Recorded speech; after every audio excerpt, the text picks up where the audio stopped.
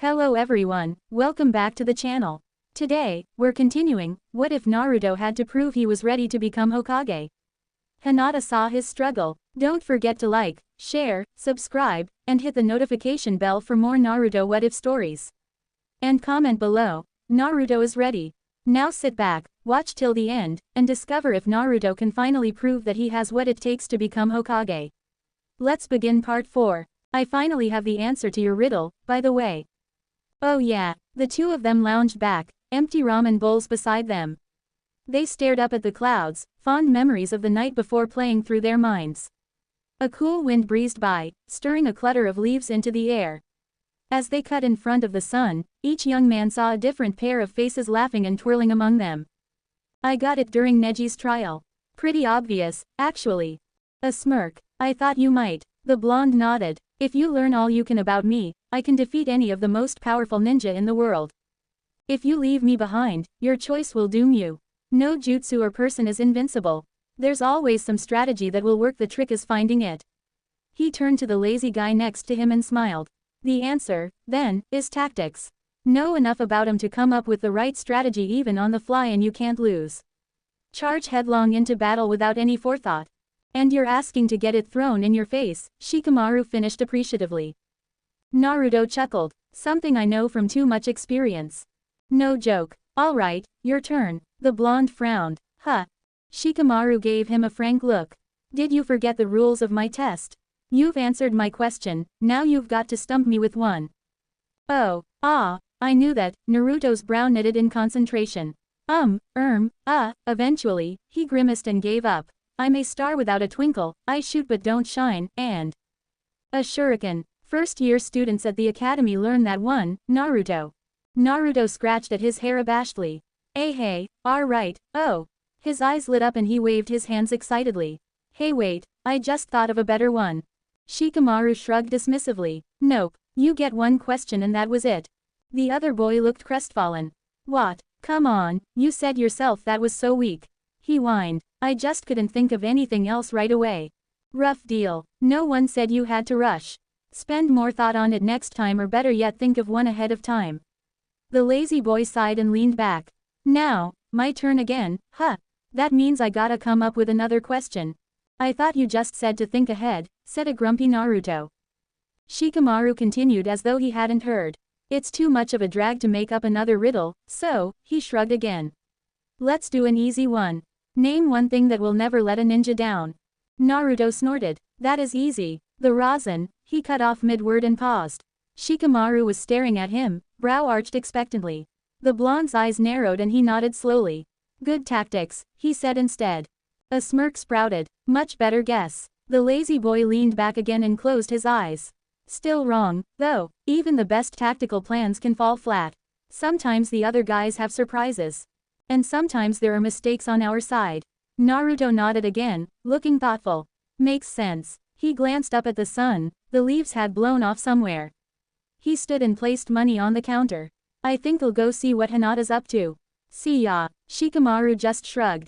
Just then, however, Ten came hurrying up to the stand. I was hoping you'd still be here, she gasped, hands on her knees. What's up, Ten? Asked Naruto. She took a deep breath and stood up straight. I need your help. There's been a robbery. Naruto jerked. What? Where? At the warehouse where we had the party last night. The thief took something very important not too long ago. Neji's going to investigate on his own, but we need all the help I can get. The blonde nodded quickly. He turned to Shikamaru, but the lazy bum spoke up before he could say anything. Heard it. Sounds like a drag. Good luck. Naruto grimaced in annoyance. He looked back at Ten. Let's go. What do we know? Naruto asked as they leapt along the rooftops. It was one thief, probably male, unknown whether he's shinobi or not. We don't know how he got in undetected, but witnesses saw him leaving the scene. As for what he took, Ten paused for a moment as they used a tree branch to flip across a wide gap. Do you remember that Genjutsu mirror ball? The memory of that first fateful dance through the stars sprouted a silly grin on his face. Oh yeah, I do. Then he came back the present and frowned. Wait, why would someone steal that? They were approaching the warehouse district, and the buildings grew more regular in height. Ten shook her head. My cousin is an inventor. He tinkers with some everyday stuff, but he also does a few projects for the military every now and then. Her mouth twisted downward unhappily. The mirror ball was civilian, but he told me about a couple ways it might be adapted to shinobi use to great effect. If someone from another village had the same ideas. Naruto nodded grimly. We have to get it back. As the two ninja dashed into the warehouse, Naruto sniffed twice and winced. That must have been one heck of a stink bomb, he muttered. He turned to Tenten. Okay, who are our witnesses? Tenten glanced around. The message explaining what happened came from Ino, so I assume she's one of them, but I don't see her anywhere. Naruto gestured at a pile of cleaning supplies. Looks like they'll be back soon. While we wait, we should take a look around. As he spoke, he formed a hand sign. Shadow Clone Jutsu. 8 Narutos and Tenten spread out to examine the area. The place was still in ruins from last night's adventure. Broken glass, splintered wood, and hunks of shattered concrete littered the ground. Some of the pseudo-town's colorful stands and storefronts were still up, but most had been taken down and packed away. One spot had been cleared of rubble, the pavement partially repaired, but right in the middle of the space several paint cans streaked with blue pigment sat next to an obnoxious splash of the color plastered across the floor. Aside from that, everything looked about like Naruto last remembered it. While his clones continued the search, Naruto let his mind drift to the memories of the night before. That stand by the door was the first he and Hinata had seen on arriving. He remembered the cute look of surprise and curiosity on her face. Those bulbs over there were part of the light show they'd marveled at. The multicolored glows had found perfect reflection in her pale eyes. That sign had startled her. He'd seen it already but nearly punched it anyway. He knelt and picked up a piece of facade with a ridiculous-looking monkey painted on it. He'd made a silly face at it and Hinata had giggled then shrieked with laughter when he turned the face on her and chased her a few steps. Naruto smiled and glanced around further. Every image he could think of centered on Hinata. That spot was where she'd put her hand on his arm when she thought he wouldn't notice. Over there were the remains of the snack counter where he'd learned she loved raspberry tarts. She'd sighed there. She'd sneezed over there. She'd blushed there, and there.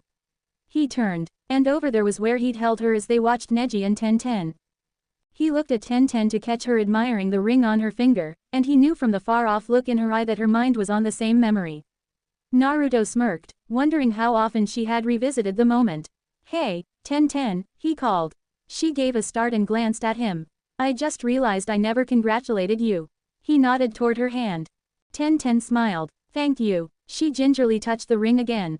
It's still hard to believe it's all real, you know. Naruto realized there was something else he wanted to ask, something nagging in the back of his mind, but before he could put it into words they heard voices approaching. Don't have to shout, Ino. I don't care how bad a hangover you've got, Lee. It's your own fault anyway, so I'll yell all I want. Naruto dissipated his clones and jogged back over to Tenten just as a grumpy Ino and a pathetic-looking Rock Lee rounded the corner. The young man looked awful, with droopy limbs, bags under his half-lidded eyes, mussed hair that was not at all shiny, and blue paint splayed across his rumpled jacket. The blonde girl looked about to give him another tongue-lashing when she caught sight of the two of them. There you are, she said, pulling Lee stumbling toward them. There you are, Tenten corrected, hurrying to meet her. I stopped for help along the way, but I came as soon as I got your message. Tell us what you saw. Ino glanced at Naruto, nodded, and began. Well, the first thing I did this morning was report to the Hokage. With her approval, I immediately retrieved this idiot, she rapped Lee on the head. He groaned, swatted her hand away and rubbed his temples, for his punishment. We gathered all the supplies we needed. What she means is that she made me carry dozens of heavy boxes and cans in here. Lee whined, screaming in my ear the whole way.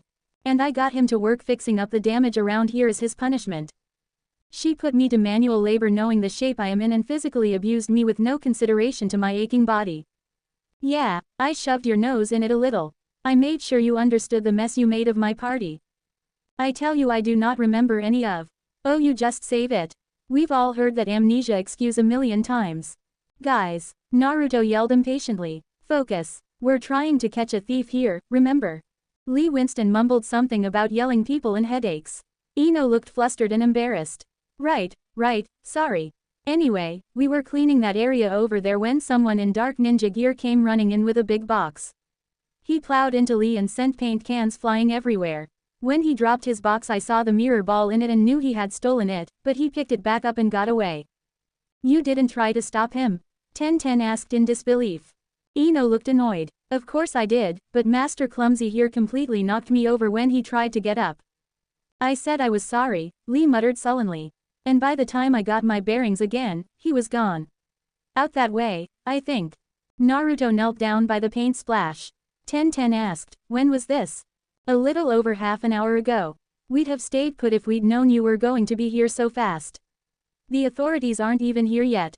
Naruto spoke up. So, if this paint got all over the floor in Lee, I assume some of it splashed on the thief too, right? Ino frowned. Yeah, now that you mention it. A lot, actually. Grinning, Tenten said, great. Then all we have to do is look for someone covered in blue paint between here and the nearest gate, right? No, everyone turned to Naruto. Looking thoughtful, he glanced at Tenten. The trade convoys come in today, don't they? The girls exchanged puzzled looks. Yeah, but why does that matter? Everyone in the village is going to be more alert today. All the shinobi are going to be on the lookout for anything suspicious, especially at the gates. He stood. A man splashed with paint carrying a single box out would rate pretty high. If he's a ninja, he could use a genjutsu to cover up, but he'd be taking his chances. Odds are good he'd run into someone who could detect him. He shook his head. No, the smartest thing to do would be to clean himself off and hide the ball somewhere until things calm down. Ino was looking at him like he'd just stripped to his boxers and dashed through town chattering like a monkey, which honestly would have surprised her less. Ignoring her, Naruto asked a stunned Tenten, where's the closest place to wash up? She jolted back to reality. There's a bathhouse a few blocks away. Great, we'll check there first. He headed out. Time to catch a thief and get that ball back. Believe it. Tenten shook her head and smiled. All she said was, go easy on Lee, all right. Before hurrying to catch up. Ino, finally recovered from her shock, called after her, oh don't worry. I'm just about to go hunt down the brat squad, and then my attention will be divided. On the way to the bathhouse, they finally found blue paint drips leading in its direction. Encouraged by the positive sign, they picked up their pace. As they went, Tenten shot a glance sideways at the boy. You know, you really surprised me. That was some impressive analysis back there. Naruto chuckled. Kinda out of character for me, isn't it? The pervy sage planted the basics, and you can blame my tutors for the rest. Then his expression turned serious. Some of the lessons were special training, but some were just the advanced academy courses I never got to take. They fell silent. Tenten was spared of the need to respond because they had arrived. Naruto took one glance at the picture of the inviting, vivid blue pool over the door before heading in, Tenten right behind. As they approached the front desk, the man behind it said with a twinkle in his eye, now then, do I have a fine gentleman and a pretty lady seeking separate baths or a happy young couple seeking one together? They froze. Blood drained from his face. Naruto swung his hands wildly. No, no, no, no, we're not. We're not even here for baths at all. Tenten shouted angrily, blushing furiously. The man his head, frowning curiously. Oh, well then, how can I help you folks? Tenten took a deep breath and said, we're looking for a thief. Someone in dark ninja gear splashed with blue paint, added Naruto, who had likewise regained his composure. Did he come in here? The man's eyebrows shot up. Ah, our other strange visit this morning. Yes, he spent his whole time in the bath scrubbing away at the paint. He did manage to clean himself, but one of the other guests said he seemed highly vexed that he could not get it out of his clothing. The gleam in his eye hardened. So he was a thief, was he? The two ninja exchanged a glance and a nod. Tenten asked, how long ago did he leave? The clerk sat back and thought for a moment. Let's see, he arrived roughly half an hour ago, spent about 10 minutes in the bath, then scooped up his blue painted box and left, all in a rush. Naruto perked up. Did you see where he went? Do you have any idea where he was going? I can't see far beyond the front windows from my desk here, but I believe I remember seeing him turn right after he left. Can you tell us what he looked like? Interjected Tenten. The man grimaced. I'm afraid not. He was careful not to look anyone in the eye. At the time I just thought it was because he was in a hurry. Even if he had, I've never been very good with faces. Sorry I can't be of more assistance. The blonde boy smiled. No problem, that's fine. Thanks for your help. A few moments later the two of them were running down the path the clerk had indicated. We're heading toward the shopping district, aren't we? Asked Naruto. Yeah, Tenten confirmed. We're not far off from the center of the clothing business. The blonde boy smirked. I figured as much. He couldn't save his clothes, so he's just getting new ones. As the first clothing store came into view, he formed a hand sign and suddenly Tenten ran with a dozen Narutos instead of just one. Spread out, he ordered. Be on the lookout for blue paint, but it's fair to assume he's already changed by now. We don't know whether he stayed with ninja gear or switched to civilian dress, so we'll just have to check every store until we pick up the trail again. Right, Tenten agreed. Good plan. The clones leapt onto the rooftops and turned down side streets, fanning out across the area while Naruto and Tenten charged down the lane, each taking one side to investigate by silent agreement. Later, the real Naruto was cutting across a rooftop when a blue dumpster caught his eye. More specifically, it was the blue painted sleeve sticking out of the junk that drew his attention. A smirk sprouted on his face, and he signaled a nearby shadow clone to retrieve Tenten before dropping down to street level again. Okay, thanks anyway, sighed Naruto as he turned to the indicated display. Yeah, thanks for nothing, he muttered. Tenten came jogging in with the duplicate he'd sent. What's up? What did you find? Naruto glanced at her and grimaced. He came in here and bought an outfit about 40 minutes ago. Problem is, the lady behind the counter didn't get a good look at him and she doesn't remember what he took, only that it was something from this rack here. She did notice he still had the box, but that's about it. He shook his head. I gotta think for a minute. Could you check around a bit? Maybe somebody saw something. As she complied, Naruto struggled to remember the steps he'd been taught to go through. Okay, the first thing he'd do is get rid of any identifying marks, and he's done that. Ninja, not likely, or a pretty clumsy one if he is. Accomplices, probably not, he's been hauling the box everywhere himself. Can I track his face? He scowled. Apparently not. Do I know what he's wearing? He growled to himself. Of course not. Can he get away? He bit his lip. No, the gates are still too hot, and the sentries on the wall are alert. He can't hide the mirror ball on his person, but he can't carry it around either, he has to know he's being chased. He's gotta stash it someplace. Where? The closest warehouse. Too obvious. An alley. Not secure. A store. A bush. As he thought, Naruto's eyes were scanning the display in front of him. He had a faint niggling notion that something was missing, and when he finally focused on it, realization hit him. There's a shirt of every color here except blue. Suddenly he felt an image arrive in his mind, a vision a shadow clone had seen and dissipated itself to send him. A young man who looked like Kiba hurrying away down the street. Naruto frowned. Why was he seeing this? The image started to pan away but did a double take. After staring a moment longer, Naruto's eyebrows shot up. Kiba was walking down the street, entirely uninjured. After being trapped in a room with a drunken and enraged Lee. Naruto donned a predatory grin when he noticed the cerulean shirt trailing out beneath the imposter's jacket. He snapped out of his reverie just as Tenten approached and started to shake her head. Never mind, he said quickly. Let's move. As they ran down the street, Kiba had been taking. Naruto explained what he'd seen. Tenten frowned. I don't get it, why would Kiba be injured? The blonde boy stumbled a bit. He gave a weak laugh and tried to hide his sudden nervousness. Ah, ha, well, we all got a little beat up with Lee, right? Bumps and bruises on everyone, but not on Kiba. I mean, come on, at the dubious look he was getting, he added quickly, besides, Akamaru was nowhere to be seen. Tenten's eyebrows shot up. Oh, I see, Kiba never goes anywhere without Akamaru. You must be right, he's a fake. Breathing a sigh of relief, Naruto realized they were just about to pass the help center. As it came into view, he saw Tanbi out front, speaking to Neji. Tenten dashed up to her fiancé, who greeted her with a kiss. Did you find anything? The Hyuga looked grim. I managed to get a description of the thief's appearance. I took that description to the groups in most contact with the populace, but, he glanced at Tanbi, who regretfully shook her head. No one seems to have seen him. That's not going to help you, said Naruto. Neji looked at him curiously, but he turned to the volunteer. Tanbi, has Kiba been by here? Yes, actually, said Tanbi, sounding surprised. He dropped off a big box and requested a delivery. Neji's chin came up. Ah, I see. In disguise, is he? Tenten gave him a brief nod. Do you still have that box? Pressed Naruto. No, I'm afraid not. Choji took it out with several other requests earlier. Where'd he deliver it? Tanbi grimaced and shook her head again.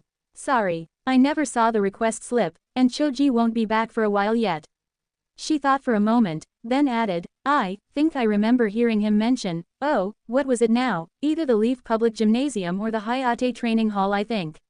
I'm not sure of that, though. The three ninja looked at each other. Neither of those is too far away, Tenten pointed out. And either would be a good place to hide the mirror ball, said Naruto. Neji nodded. Agreed, I'll check the training hall. And we'll take the gym, finished Tenten. Thanks for your help, Tanbi, said Naruto. We'll let you get back to work now. She gave him a small smile and nod, then turned to head into the center. The ninja moved to leave, but Naruto noticed that the sign in the window had been redone in blue and hesitated. He overheard someone inside saying, Hey, Tanbi. Look at this, 36 cans of blue paint going to the academy. He paused and turned to listen. I believe it, came the reply. I heard they're repainting one of their storerooms, and restocking the rest of it. The gears in Naruto's head whirred for a couple of seconds. Hey, Tenten, he called, can you check the gym by yourself? Call it a hunch. As he approached, Naruto heard some sort of commotion from inside. Suddenly a window opened and a young boy came leaping out of the classroom. Since he was preoccupied giving a raspberry over his shoulder as he ran, he didn't see Naruto, who took the opportunity to snag him by the shoulder. Hey now, what's the hurry? The tall blonde laughed. The boy struggled until he saw who it was who'd caught him. Then his eyes shot open wide, his jaw dropped, and he spoke in an odd whisper. You're. Naruto grinned. I know school is a pain, but if you're going to be a ninja you've got to stick it out. A familiar face appeared at the window. Get back yo, Naruto. And I know Iruka-sensei can get kinda tense, continued Naruto with a wink, but he's actually a pretty cool guy if you give him the chance. Believe it. The kid nodded wordlessly and Naruto nudged him back the way he came. Still throwing glances back at the older shinobi, the boy shuffled over to the window and mumbled an apology to his teacher. Iruka donned a tired smile. It's all right, don't worry about it. Just get back to your seat. On the double, both men saw the grin on the kid's face as he jumped to comply. Now, what brings you here, Naruto? He grinned. Just visiting your favorite instructor. The younger man laughed. Yeah, something like that. He sobered. Actually, I'm on the trail of a thief. Iruka's eyebrows rose. I think he might have stashed his loot here. Where's the storeroom that's going to be painted? Oh, second floor, west wing, room 24. Thanks, Iruka-sensei. When he saw the faces begin to crowd around in the window, Naruto grinned and added, you're the best. Naruto was just reaching for the door to room 24 when someone called his name. He turned. Tenten, you're done with the gym already? The brunette jogged up to him and nodded. Yeah, it turned out to be a bust. Are you having any luck here? I'm just about to. She brushed some hair back with one hand and his voice trailed off. He frowned, but before he could comment the door opened. Naruto turned his frown on the figure standing there. Shikamaru, what are you doing here? The lazy ninja sighed. I work here, idiot. Part-time, Naruto supplied. And you're off duty for the trial by leaves. The other boy shrugged. What can I say? I felt like coming in anyway. I had an errand to the storeroom. I'm done with it. If you don't mind, I'd like to lock up and get going now. Naruto scoffed. Well, we're on a mission. Tenten piped up. We're trying to catch a thief.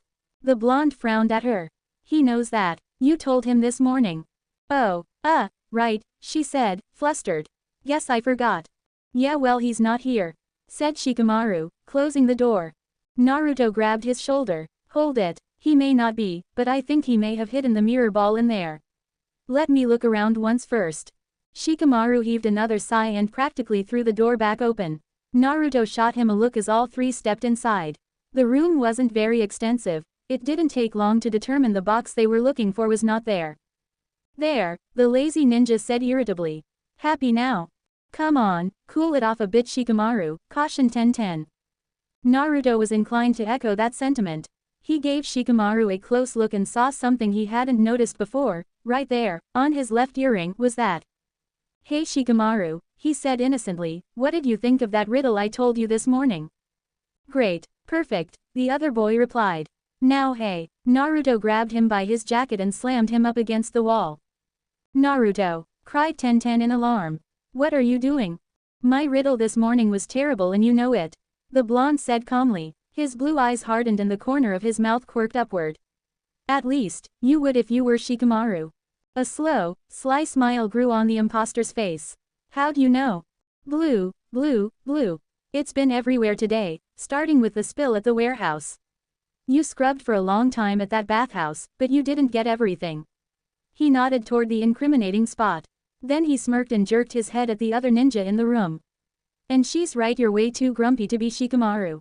Then he turned a wry look on the girl behind him. But then, you're not who you say you are either.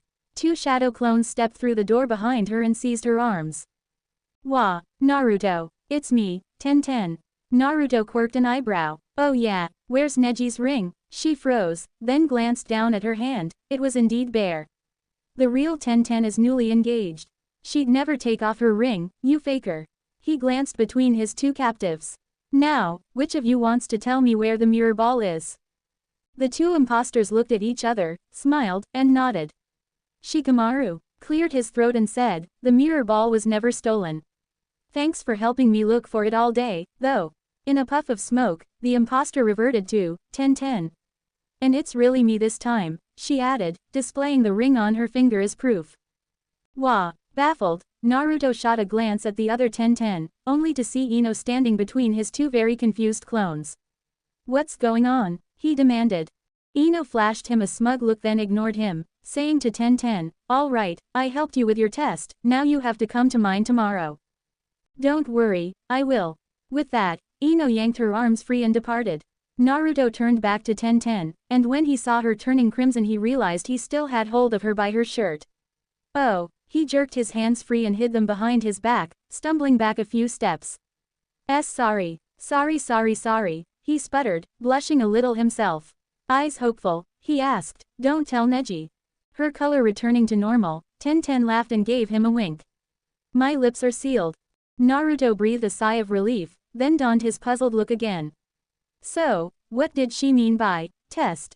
Just what it sounds like. Tenten continued speaking as they exited the storeroom. There never was a real thief, but you showed impressive sleuthing skills tracking down our supposed criminal. I'm pleased to say you passed the test of observation. Naruto was silent for 3 heartbeats. A grin sprouted on his face. Then he took off running up the wall across the ceiling and down the other, pumping his fist and cheering in victory. Tenten laughed at his antics, and even Neji smirked as he approached. He threw an arm around his fiancé's waist.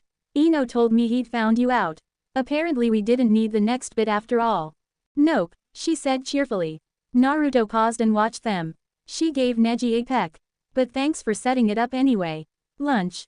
He chuckled. As you wish. They started to leave, but Naruto called after them. Hey guys, wait up a sec. They turned back and were surprised to see their hyper friend wearing a serious expression. He bit his lip and thought hard for a moment. Yes, what is it, Naruto? Prompted Neji. The blonde boy met his gaze and said, actually, I've got a question I want to ask you. Another Naruto stepped around from behind the first and said, and one for you too, Tenten. The first Naruto glanced between them. Could each of you talk to one of me alone for a minute? Strolling along the yards, Tenten wasn't sure she'd heard him right. What?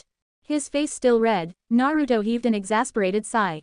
I said, how did you know Neji was the one? She eyed him closely. He refused to meet her look, rigidly trying to look like he'd asked nothing more significant than the time of day. Was he thinking about what she thought he was? Why do you ask? He shook his head vigorously. And no reason in particular, he said, throwing nervous glances at her. Tenten grinned. He totally is. He saw her expression and scowled. What? Rolling her eyes away innocently, she said, nothing.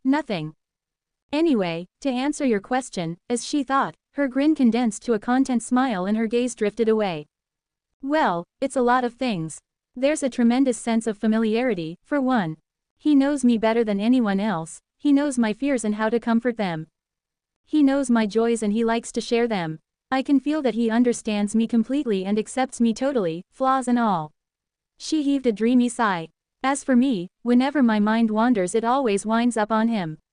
Whenever he's not around I find myself wondering what he's doing, and when he is I wonder what I can do to help him or make him happy. She added softly, what I can do to repay him for all he's done for me. Ten shook herself out of her daydream and turned to Naruto, who hung wrapped on her every word. I guess it all boils down to this. I know in my heart that he gives me something, a lot of something that I can't get from anywhere else, and that I'm giddy that I can do the same for him. Naruto nodded slowly, silent for a long moment. Finally he said, yeah, that makes a lot of sense. Thanks, Ten. Anytime. He retreated to his thoughts, took 2 steps away and poof, disappeared. Blinking against the shadow clone smoke, Ten grinned. Oh, just wait until Ino and Sakura hear about this. The 2 shinobi men stood on the academy's roof watching the kids playing below, the clouds drifting by overhead and the trees stirring all around. Congrats on your engagement, by the way. Thank you. Silence. So, what made you decide to go through with it? What convinced you to, propose? I proposed because I love her, Naruto. Right, I know, but how did you know you were ready, I guess? Ah, a pause. I suppose it's simplest to say that you can't know. As shinobi we mature quickly. We become what most consider responsible adults, at an early age. Yet, when considering a decision such as this, one we must live with the rest of our lives, it is perfectly understandable to feel hesitation. I am confident I know what is expected of me, what my responsibilities, my strengths and my failings are as a leaf ninja and as a member of the Hyuga branch family. But as a husband, a father. Yeah, but then I consider the alternative. I care for Ten more than my own life. I am certain she feels the same.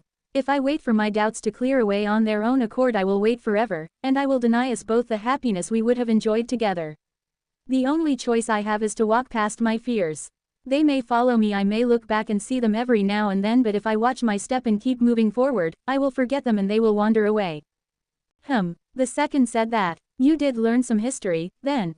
Hey, yeah, despite myself. Thanks for the advice, Neji. See y'all later.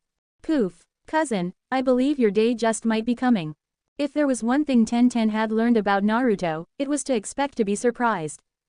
You could put any sort of plan together, make any sort of consideration or agreement. Naruto would find some way to do something unexpected. If you were doing a simple escort for a merchant caravan, he'd probably stumble upon some murderous plot against them. If he went missing during a dangerous assignment, you were equally likely to find him beating his way out of the enemy stronghold as to catch him napping in the nearest ramen shop. If you needed a hand with something, or even if you were just having a bad day, turnaround odds were good, Naruto would be there to help. To Ten, who wanted to become the quintessential role model for all budding kunoichi, Naruto was an excellent example. You could never count him out, because when the chips were down he always found a way to come through. She'd come to expect it of him, and strangely enough of herself as well. So the next time Naruto befriended a hideous monster or made a hardened assassin cry, she'd shake her head in wonder, but then she'd shrug and roll with it. That was Naruto. The fox had been the biggest surprise of all, of course, but she'd accepted the revelation and moved on fairly quickly. That was Naruto too. And that about sums it up. Ten finished. We had planned to take all day on it, but he kept jumping ahead of schedule so much we wound up scrambling to keep up. Shikamaru chuckled. Just like any other mission with him. The kunoichi smiled. That logic about the trade convoys was something we didn't think of, and we certainly didn't count on him catching our fake Ten. The lazy boy nodded. Apparently those lessons of his really paid off. This one's really going to be a bright spot on the report. We thought he'd do well, but he really blew past our expectations. Ten shrugged. Yeah, but that's Naruto. Something wasn't right, and Hinata was dreading what it might be. This morning, Sakura had shown up at her door and offered to take her shopping, explaining that Naruto was going to be doing a trial all over town and they needed to stay out of the way. Later in the day Ino had tracked them down to inform them he had passed, and she hinted that the Hyuga girl might be seeing him soon. Hinata had eagerly gone home to wait for him. 2 hours later, she had begun to seriously worry, but then she'd seen his blonde head turn in at the gate and her doubts had been banished. As time passed, however, her fears returned and compounded. They went to her favorite restaurant again, but he was silent for much of the meal. He responded when she spoke, he smiled and laughed, but she could tell it was forced. He seemed distant, lost in his thoughts, and she could read on his face that something was troubling him. Hinata felt despair creeping at the edge of her heart, because she knew he was coming to the conclusion she'd reached the day before. It couldn't last. Naruto was finally coming to his senses. He'd end it soon and move on. She didn't know how she would survive when the moment came, but she was determined to enjoy her taste of heaven for as long as she could. Naruto had never been so paralyzed by indecision in his life. On the one hand, her presence had become addicting, her smile and her laughter intoxicating. He felt something that told him he would do anything to please her, and he knew what that something was. Tenten's description had made it all too clear. He loved Hinata. Loved her. And ever since he'd been beaten over the head and made to see, her feelings for him had been obvious.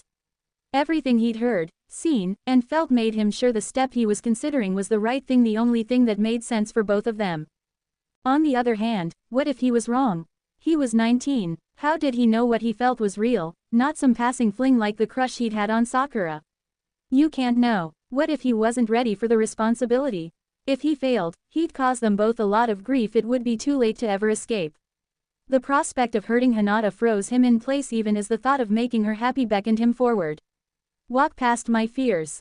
Naruto reached into his pocket and fingered the purchase he'd spent 2 hours deciding to buy. He didn't have a role model for this, only a legend to live up to. Dad, is this what you felt with my mother? Show me what to do. Naruto heaved a tired sigh as he plopped down on the stool, his forehead slumping to the counter. It wasn't entirely fatigue that made him droop. He then raised his head high enough to slam it down against the wood again. Thud. Shikamaru paused, slurping his noodles long enough to arch an eyebrow. Curious, he said nothing and waited. Sure enough, thud, thud, thud. Hey, cut that out, Naruto. You're going to wreck my counter with that hard head of yours. Warned Chuki. The light amusement in his voice kept it from being an insult. The blonde sighed again and settled his chin on the spot his forehead had battered. Right, sure, sorry, he said gloomily. Triple order of the regular, please. The ramen cook's eyebrows rose at his favorite customer's tone. He moved to comply with the request, but he exchanged a glance with Shikamaru and gestured for him to say something. The lazy ninja shrugged and finally slurped up his mouthful. Stressful morning? He asked casually. Naruto considered firing back a sharp retort, but he couldn't muster the willpower. You don't know the half of it, he grumbled instead. He was aware he'd worried Hinata at dinner the evening before, but he hadn't had the clarity of mind to set her doubts straight. Not while he had his own to deal with. He'd promptly gone home and spent most of the night in a restless struggle with the ghosts of fear in his head. Naruto knew it was stupid to let second-guessing and self-doubt stand in his way, and he was convinced he ought to do as Neji suggested and shoulder his way past them, giving them a shot to the teeth as he went. If they felt like following, they could eat his dust. Great in theory. Problem was, he was having trouble convincing himself there really wasn't a bottomless cliff on the far side of them. After an hours-long slugging match that felt like shadow boxing yet still somehow left him feeling battered and beaten, Naruto had decided his side of the battle needed more of an edge. Neji's words were a great start, but they weren't enough. So, he'd gotten up early and gone looking for credible sources of counsel. Unfortunately, he was coming up short in that regard. His first thought had been to look for Sakura, but he couldn't find her anywhere. Every fiber of his being violently rejected the idea of asking Sai. A little past dawn he'd stumbled upon Kakashi-sensei running for his life from an enraged Anko brandishing an all-too-familiar little book and decided he might not be the best person to ask for romantic advice either. As the sun climbed in the sky he considered bouncing everything off Konohamaru and the rest of his squad, but then he remembered the last time they'd gotten involved in one of his personal problems and shuddered. And topping it all off, of course, was the unwelcome news he had received from Ino in the midst of his wandering. He was to show up at the address she gave him in his finest outfit to take part in a formal dinner for Ino's test of etiquette. She was picking now, the moment of greatest distraction with a life-altering decision, to drill him on manners, which all of his tutors had agreed was his absolute worst subject. Figures. Naruto was shaken out of his thoughts when he heard Shikamaru saying something about Hinata. Huh, what was that? He asked quickly. The lazy ninja looked smug. I asked if you were thinking about a certain Shy Hyuga, but I think I have my answer. Bet I know why you've lost sleep, too. Naruto sighed. Well, he had been looking for advice. I dunno, what do you think? Shikamaru gave him a frank look that broadcast the words, you have to ask. The blonde issued an irritated snort. Yeah, you're right, I must be getting desperate. When are you going to follow Temari's advice, huh? The other ninja barked a laugh as his smirk grew and his eyes narrowed. Touché. All right, wise guy, Choji asked me to meet him somewhere, so let's hear today's brilliant guess and be done with it. Naruto took a note of satisfaction that the lazy bum had dodged the question. He sat up straighter and cleared his throat. Friends, comrades, at least in the Leaf Village, will never let you down. Maybe they can't help with every little problem." He paused, then accelerated past it. "But when it really counts, I know they'll always come through." Regret passed over Shikamaru's face at the next words he'd have to say. "I'd have thought that whole thing with Sasuke would have convinced you otherwise." A blanket of uncomfortable silence descended, chilling the atmosphere. Naruto visibly crumpled under a shroud of dark memories. His friend respectfully didn't intrude for several heartbeats.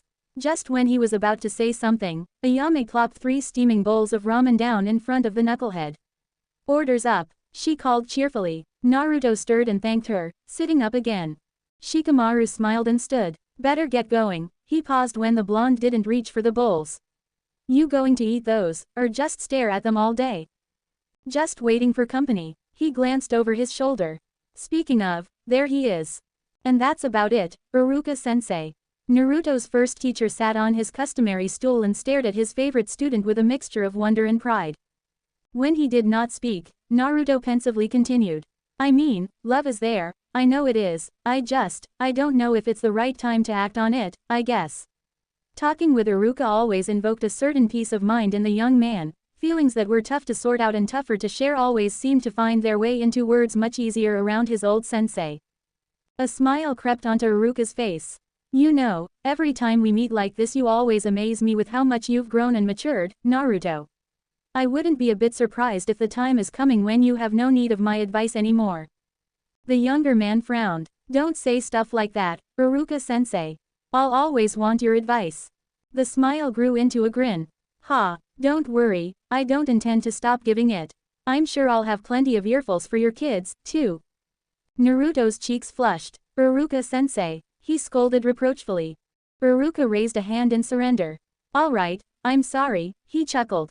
Then his face settled into serious lines, though his smile remained.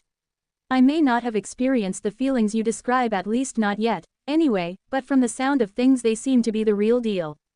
Given that, I can only say the tragedy will be if you don't choose to act on them." "But," Iruka cut him off, "but you're worried about the responsibility. Maybe you're not sure what all it takes to care for a family. Either way, you're not sure you measure up." Naruto nodded glumly. The older man's expression hardened. "You're right to be concerned. Getting married does add a lot of responsibility to your life, just like becoming Hokage will, or even like becoming a ninja in the first place did all those years ago." Iruka's smile returned. "But if you look at it from that perspective, you'll see you've really got nothing to worry about." Naruto frowned. That had all made sense right up until that last bit. "Huh, you lost me. Naruto, months ago you were told you weren't equal to the task of becoming Hokage, that you had a lot yet to learn before you were ready." The teacher looked at him expectantly. "What did you do when you heard that?" The younger ninja blinked. "I buckled down and learned." Iruka nodded agreeably. "You did. As your history tutor, I think you learned more in these last few months than you ever did at the academy. You really put your all into it." "Why?" "Because I said I would. I promised a lot of people I'd be Hokage, and I never go back on my word." "Believe it." "And why do you want to become Hokage?" Naruto's frown deepened. "You should know that already, sensei. To protect the village. To show everyone how much I care." A spark entered Iruka's eyes. "Exactly. And why do you work so hard to become a better shinobi? Is it just so you can become Hokage sooner? Where are you going with this?" "No, I also want to protect my friends. I want to be stronger so I can help the people precious to me." The teacher leaned back with a look of satisfaction. "So you push yourself to learn about the Hokage's responsibilities because you care about the village, and you work tirelessly to overcome your flaws and weaknesses because you care about your friends." He winked at the younger man. "And you yourself told me you've come to care about Hinata more than any other person in the world."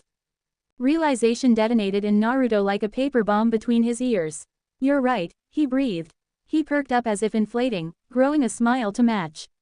"You're right. Thanks, Iruka-sensei." He shot to his feet, giddy excitement pulsing from his eyes.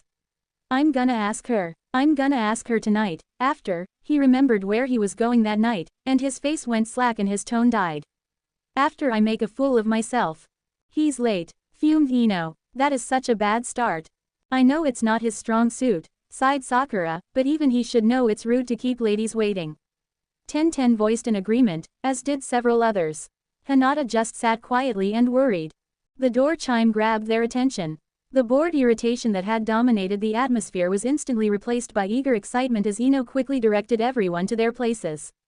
Fighting an impish grin herself, the blonde waved down a few twittering giggles and led the group in assuming very proper postures and dignified expressions. Being so thoroughly schooled in formality, Hinata's stance perfected itself without thought, but she was unable to share in her friend's devious energy, instead nervously following their ringleader to the front hall with her eyes. How would Naruto react to all of this? She'd been unable, really to force herself to comply with Ino's request for her attire, but now she wondered if she shouldn't have tried harder to force herself. The last thing she wanted at this point of their fragile relationship was to be lost in the crowd, but how could she possibly warrant his attention here? Ino carefully donned an imperious look as she opened the door. Naruto stood facing off to the right on the far side, again resplendent in his regal shogun robes. The corner of her mouth tugged into a smirk when he turned and saw her outfit. The look on his face even as it turned red was priceless. "Good evening, Mr. Uzumaki," she clipped. "I am Ino Yamanaka, and I will be your hostess tonight." He jolted. Right, I am Naruto Uzumaki, and it is my pleasure to, dine with you." He gave a hasty, abbreviated bow. Ino was impressed. He remembered the proper greeting response, even if the words painfully sounded rehearsed and the bow had been awkward. "If you would follow, please, I will introduce you to the other prominent guests." She turned and barely caught a muttered comment that sounded like, "May need that rescue after all." As they walked back down the hall, Ino watched him out of the corner of her eye and saw that he conspicuously forced himself to avoid looking at her, instead studying the floor, the walls, and his own feet. She allowed herself a sly smile well hidden from his view. That was the better of the two expected male reactions, but that little defense mechanism wouldn't help him long. They came out into the dining room. Naruto's blood apparently couldn't decide whether to drain from his face or rush to it. Ino had to be enjoying this. He knew Pervy Sage would practically die of excitement, but Naruto fought his racing pulse and uncomfortableness to the extreme. In the middle of the room was a long narrow table covered by an embroidered silk tablecloth and festooned with ornate candlesticks, more than one scented candle, and beautiful bouquets of flowers and other decorative-looking plants. All of this, however, was expected and not what drew immediate attention. There were approximately 20 people in the room, presumably all other guests and most of whom he recognized, pretending to be engrossed in conversation, but he knew they had to be watching him. All of them were women. But that wasn't even the worst of it. His hostess first introduced him to Sakura Haruno, whose scooping neckline made him wince. Naruto had never known Sakura to believe in showing cleavage before, but he couldn't tell it now. Ten was seated on a couch in such a way as to proudly show off long, bare, very shapely legs. He could have mentioned it was discourteous to remain seated during introductions, but he didn't want to know what would happen if she got an excuse to stand.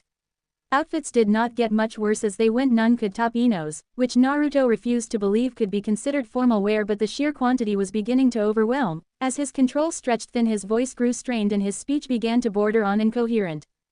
"So much skin, grah," he screamed in his mind.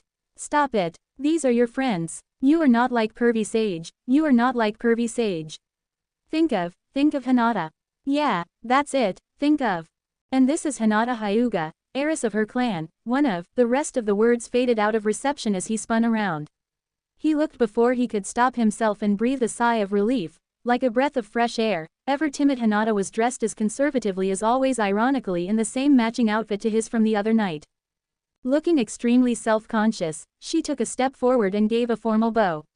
"AP pleasure to meet you, Mr. Uzumaki." Naruto almost laughed. Well, as long as they were making fresh first impressions, he wanted to make it a good one. With a twinkle in his eye, he said, "Pleasure's all mine, Lady Hinata." He returned the bow, but before straightening he seized her hand and kissed it, setting off a cascade of whispers around the room. He smiled at the wave of goosebumps he felt under his lips, and knew even before looking up that she'd turned that adorable shade of pink. When he pulled himself upright they shared eye contact and emotions for a long moment, but before either could say anything further, Ino cleared her throat and signaled for everyone's attention. "Now that we are all here and acquainted," she turned to a still speechless Hinata and raised an eyebrow. "Some better than others, we can now be seated and prepare for the meal." Matching action to words, she strode over to the table and sat in the second chair from the end on one of the long sides of the table. She then gestured expectantly at Naruto to be seated next. He hesitated, realizing both that his choice was part of the test and that Ino's selection was odd. The host or hostess usually sat in the center of one side or on the end, didn't they? Or did they? What was he supposed to do if they didn't? He tried to remember his lessons. And failed. He blanched. Etiquette had always been the topic he had the most tenuous grasp on. The tricks and tips he had learned floated at the edge of memory, where the chaos of his thoughts and the massive surge of testosterone put them hopelessly out of reach. In other words, he was in deep donkey-dong. Aware that all eyes were on him, Naruto's face grew hot again as his eyes darted around frantically for anything to spark a memory. Suddenly an idea did come to him. He turned to Hinata and instantly felt himself calm a bit again. He still couldn't remember the proper thing to do, but he knew what would get him through the night alive and sane. Still holding her hand, he tugged her with him toward the table. Almost stumbling in her surprise, she hurried to follow him. Ignoring the fresh wave of giddy twitters and whispers, Naruto gestured for her to choose first. When she hesitantly moved to the seat next to Ino on the inside, he got her chair for her and then hurried around to sit directly opposite her, in the third chair from the end. He glanced at Ino to see an unreadable expression on her face. The hostess stared at him for a moment longer, but then said nothing and signaled to the other ladies behind him. Sakura came and sat on his right, Ten on the left, and the remaining guests filled in the rest. And the real torture began. Servers who wore what could best be described as minimal outfits brought beverages out and exotic fruit juice, they were told. Naruto, feeling terribly parched, eagerly took a drink. Now, before we start the meal, we must have a toast for the evening. Cup still to his lips, Naruto froze. His eyes traced from Hinata to Ino, from blush to cool, expectant gaze. Deciding he would get in more trouble by spitting his mouthful back out, he swallowed carefully and sheepishly raised his cup. To, world peace and, village pea prosperity and, stuff, he sputtered. The ladies raised their glasses to a general murmur of agreement. He swore they all leaned toward him as they took their drinks, his eyes shot back to Hinata and he breathed another grateful sigh. Thank goodness the woman it was safe to look at was also the one he wanted to see most anyway. The salad he'd been given looked appetizing enough. Now, if he could only figure out which of the 5 forks in front of him was the right one to use. Naruto looked up. Hinata was watching him, though she tried not to show it. He glanced back down and reached for one of the utensils, but paused when he glimpsed her cheeks turning red. As he pulled his hand back, her color returned to normal. Then she flushed again when he reached for the next fork. When he finally brushed the one that failed to make her blush, he grinned and grabbed it decisively. As they waited for the next course, Naruto knew he shouldn't just keep staring at Hinata. While they were eating he got away with mostly focusing on his plate and only shooting glances at the people he was speaking with, but between times his eyes had to go somewhere. He was perpetually in a conversation with Ino about random things like politics and economics, but he avoided looking her way as much as possible. He exchanged comments with other guests as well, but they didn't play fair when he tried to look at them.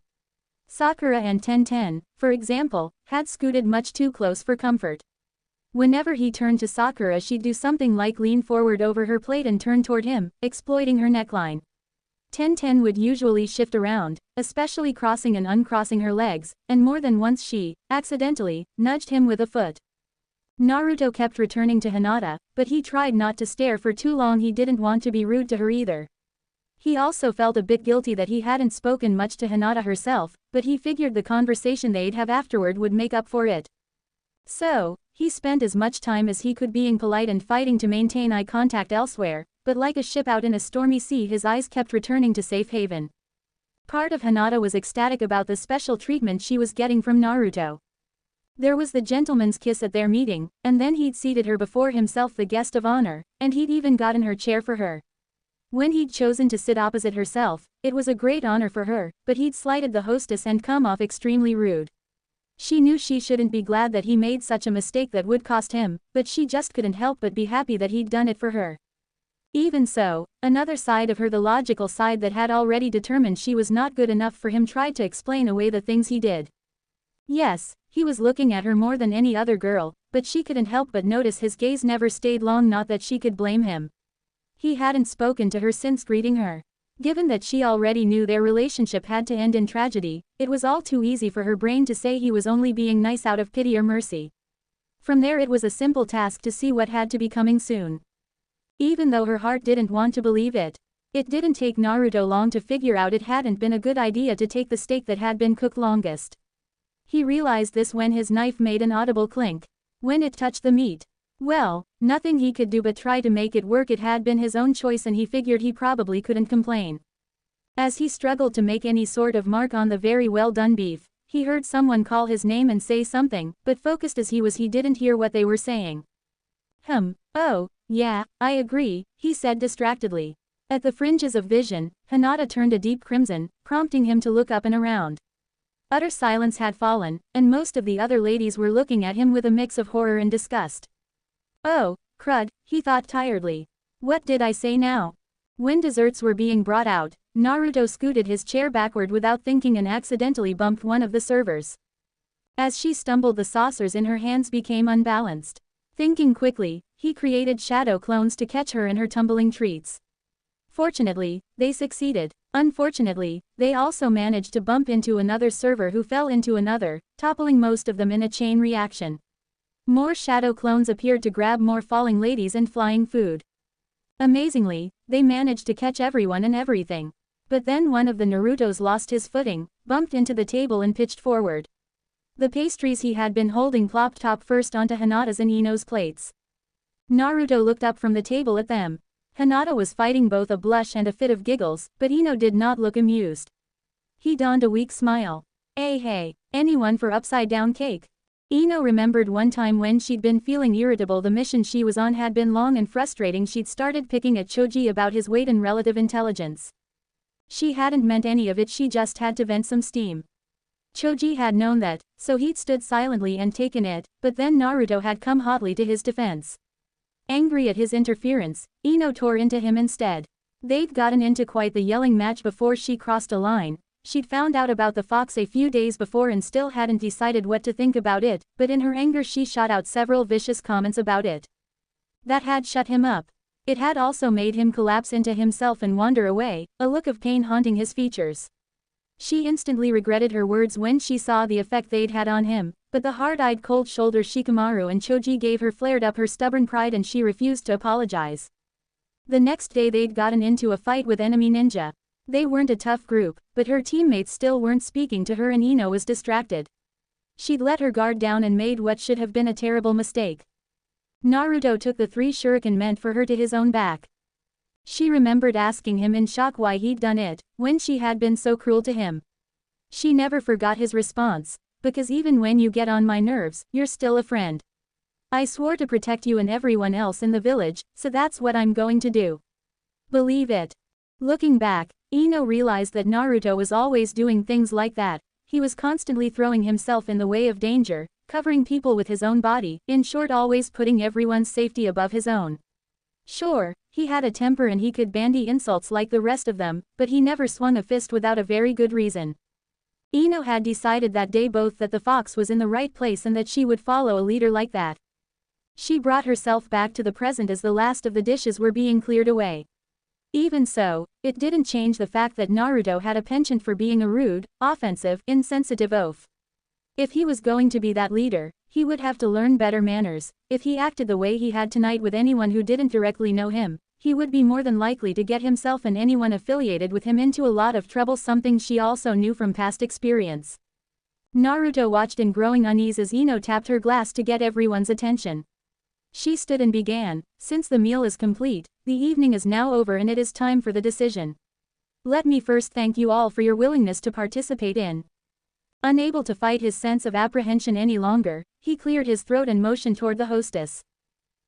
Actually, he stammered, I know this is kind of strange, but, I'd like to say something, if I could. Ino quirked an eyebrow at him, but gave him a curt nod and sat down again. As he pulled himself slowly to his feet, he glanced around the room and made eye contact with everyone present. Fighting the fire in his cheeks, he said, Look, I'm not the best at making speeches, so I'll just keep it simple, I'm sorry. Courtesy and proper formality doesn't come easy to me.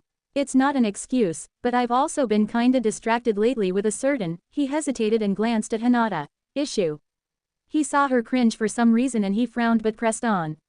Anyway, I know I probably messed up you ladies' dinner. I thought I probably would beforehand, so I prepared something as kind of an apology. He created a shadow clone and sent it to the door, and a couple moments later it came back with carrying a large open box between itself and Moegi, who was practically beaming.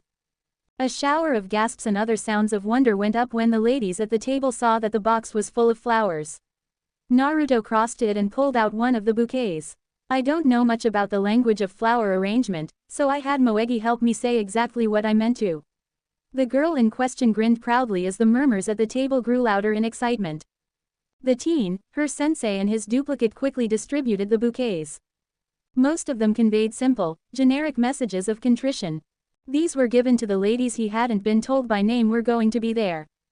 Sakura's, however, featured an orange bud curled around a pure pink cherry blossom, their stems bound together by a loose red band, carrying unbroken affection from one who was like a sibling. In Tenten's arrangement, a beautiful white lotus towered over several small, plain flowers bent in reverence toward it, odd admiration for one of noble character. Ino tenderly accepted a bouquet in which a simple orange poppy sat opposite a brilliant yellow tulip surrounded by lilies in full bloom, modest humility in the presence of rare beauty. All the ladies seemed genuinely pleased and touched by his efforts for them, but Hinata's, which Naruto had carefully hidden and saved for last, stole all attention when he presented it to her. Hers was the largest bouquet of all, crowded with countless gorgeous lilacs, but what made her pale eyes widen, her hands fly to her mouth and her breath draw in and catch was what she saw in the center. A single vivid red rose just about to bloom, sunk in a cloud of baby's breath and wreathed in shining gold ribbon. Amidst a crowd of all that could be fair, one shy but radiant love stands out. Hinata lost her voice and all sense of her surroundings as she pondered Naruto's message to her. Her mind worked furiously to find some hidden meaning or misunderstanding, but her heart already cheered in victory. Ino waved down the riot of gossip and gush and gave Naruto an amused glance. "Thank you for that touching display," she began, "but it does not change the fact that your behavior tonight has been atrocious. You began the evening on a bad impression when you arrived late with no apology, I might add. You showed favoritism for one guest over the others and myself and continued to show it throughout the dinner. In fact, it's clear you leaned on Hinata as a crutch to cover lapses in knowledge you should have had." Naruto winced at each point as the list went on. "You insulted your hostess when you were seated. Regardless of my unorthodox choice, you should have followed suit and sat directly opposite. You were not observant of your fellow diners. When Kaya displayed discomfort during the third course, you failed to show any concern. You also failed to show any interest in your conversations. Several times you lost track of them entirely. You were clumsy in both speech and action." Ino's tone grew stern. "Worst of all, except for Hinata, you could not look at any of us directly for long without letting your eyes roam in a most inappropriate way." Her expression softened. "I realize we made it difficult. Our outfits and mannerisms were exaggerated, but not by a great deal. These sorts of distractions could and do happen in polite society, especially at informal events like this one. Ladies will wear revealing clothes, and some women will outright flirt with you, even married ones. You need to know how to deal with that, or you could easily cause a misunderstanding that could topple into something horrible." When Naruto gave a slow, glum nod of understanding, the blonde woman smiled. "All that said, you did much better than you could have. You're right, etiquette doesn't come naturally to you, but you do an admirable job compensating for the lack. Lady Tsunade has Lady Shizune to assist her after all, so maybe it's fine that you have Hinata. Especially if," she winked at him, and he blushed. Most of the other ladies donned knowing smiles. "And as for the flowers, well, it's a common saying that, flattery smooths ruffled feathers, and a sincere apology can overcome any grievance. If not for that, you would have failed. But, because of your careful consideration and thoughtfulness, I find I've changed my mind. You pass the test of etiquette." As his famous grin grew on his face, Ino inclined her head toward one certain individual. "Now get going. I'm sure you two have a very important conversation to get to." Still grinning and blushing from various catcalls, Naruto walked around the table to Hinata. The raven-haired woman, still completely absorbed in her all-important rose, absently let herself be tugged out of her chair. As they headed out, she remembered both to grab her bouquet in her free hand and the crucial practice of respiration. Moments after the couple left, Konohamaru came crashing through the door. "Okay, boss, I'm here for that rescue you ordered." His voice trailed off as the room's remaining occupants all turned toward him. The image before him proved to be too much for his teenage mind. His face flushed a red so bright steam seemed to ripple off it. He stumbled back awkwardly on wobbling feet. Nonsense babbled forth out of his mouth like the drool on his lip. Moegi, mortified to the extreme, let out an indignant, HMPH. She stomped over to him, seized his ear, and fiercely dragged his brainless body back out of the room, leaving a crowd bursting into laughter in their wake. Hinata, I've been thinking about us. She froze to a chill colder than the ice cream in her bowl. The nightmare she'd had that morning of the breakup that would break her had started with those precise words. Her fears were revived in an instant even as her heart clung to the signs it had been given. Naruto threw a worried look over at her. She hadn't said a word since dinner, and she hadn't touched her ice cream. He'd taken her constant staring at the rose as a good thing, but now she'd tensed up like that. He bit his lip and continued. This last month, this last week or two especially have meant the world to me. I've literally been having the time of my life being with you like this. But now. Good grief, now she looked like she was about to cry. What was he doing wrong? Look, I'm just saying I think I'm ready for the next step. And I think it's time I moved on. Those were the words that would come next. Her lip quivered as she fought back the tears. The rose wasn't meant to be her. He'd already found his true love elsewhere and he was just breaking it to her gently. Why had she possibly hoped? But only if it's with you. She blinked. Wait, what? That wasn't right. Now was supposed to be where she made a final desperate plea to convince him to stay with her. Had they skipped that part? She looked at him and tried to match the words he was saying to the words that were playing from her nightmare. They weren't the same. Her heart let out the breath it had held and did a little flip. They weren't the same. No, he was saying something about how he'd been stupid to let his fears stop him. Naruto had fears, and how he'd make mistakes but he'd learn how to be better. How could he possibly get better yet? And how if there really was a cliff they'd just learn how to fly. She already knew how. They just had to touch, and how he really thought they were meant to be together, like they were made for each other. The world screeched to a halt as that last sentence replayed in her mind again. And then again, and again.